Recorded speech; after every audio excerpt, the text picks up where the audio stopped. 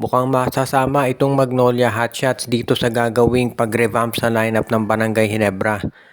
Dahil na-eliminate na ang Barangay Ginebra dito sa PBA Philippine Cup, magkakaroon yan ng mga trades at mukhang masasama doon itong Magnolia Hotshots.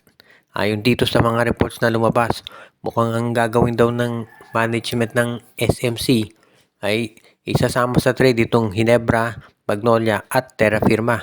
So makukuha daw dito ng Barangay Ginebra. Slapot mapupunta na sa Ginebra dahil kinakailangan nila ng sentro. At ito namang Magnolia, ang makukuha daw itong si Luis Anggalang mula dito sa Terra Firma Jeep. At ang Terra Firma naman, may makukuha player mula sa Ginebra. Hindi pa tiyak kung sino, baka si Jared Dillinger ang ibigay dyan. Ang kinakailangan daw kasi ng Ginebra ngayon ay isang center para tumulong kay Japet. Parang yan ang priority ng management. So mukhang dito sa Magnolia sila kukuha. I-acquire itong si James Laput dahil 6'10 yan po pwedeng maging center ng Barangay Ginebra. Hindi naman tayo magugulat kung ito'y matutuloy dahil itong si Coach Tim ko nakita niya na nahihirapan na talaga si Japet na i-contain itong si Fajardo. Kahit 4 points na si Junmar. Ang hirap kasi nandiyan pa si Motaw Tua. Tapos ang daming scorers na San Miguel. So talagang mukhang ganyan yung magiging sitwasyon ngayon. Kung sakasakali naman itong Barangay Ginebra ay gagawa ng trade at masama nga Magnolia, okay rin naman kung si Luis Anggalang ang makuha ng hotshots dahil magaling din yan na low post player. Yun nga lang, ito'y forward at hindi center. So, kinakailangan kong ang Magnolia kukuha din ng ibang big man. Baka si Kate Torres ang kunin sa Titan Ultra para mapunuan yung pagkawala ditong si James Laput. Dahil sa ngayon, mukhang ang priority talaga ng management ay palakasin muli itong Barangay Ginebra dahil nga dito sa disappointing na exit nila. Kaya masasama ang Magnolia dito sa trade na magaganap. Ang isa pang team draw na nagre-ready ngayon na gumawa ng build-up ay itong Meralco Bolts. Dahil katulad ng Barangay Ginebra na eliminate na to at umaasa ang karamihan talaga na magiging isa to dito sa mga teams na magpo-focus ang management. Si Alain Maliksi malamang i-trade na yan dahil maliwanag na ang focal point ng opensa ngayon ng Meralco ay itong si Chris Newsome at si CJ Cancino. Itong si Alain Maliksi pwede nang i-trade yan. At maraming teams na kukuha dyan, partikular na itong Blackwater. Posible na itong si Alain Maliksi ay daling dyan sa Blackwater Bossing. Kapalit itong si Christian David o kaya itong si Cedric Bearfield. Maraming mga players din na nandyan sa Blackwater na pwedeng magamit ni Coach Luigi Trillo.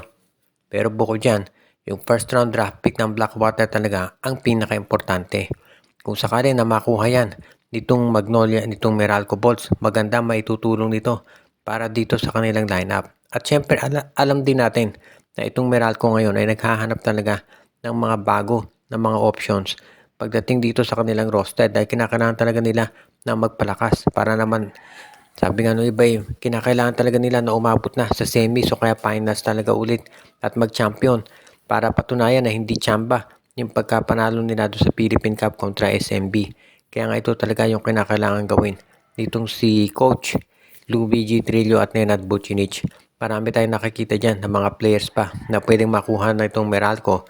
Pero sa ngayon, ang priority talaga nila ay itong si Cedric Bearfield o kaya itong si Christian David or itong first round draft pick ng Blackwater Bossing.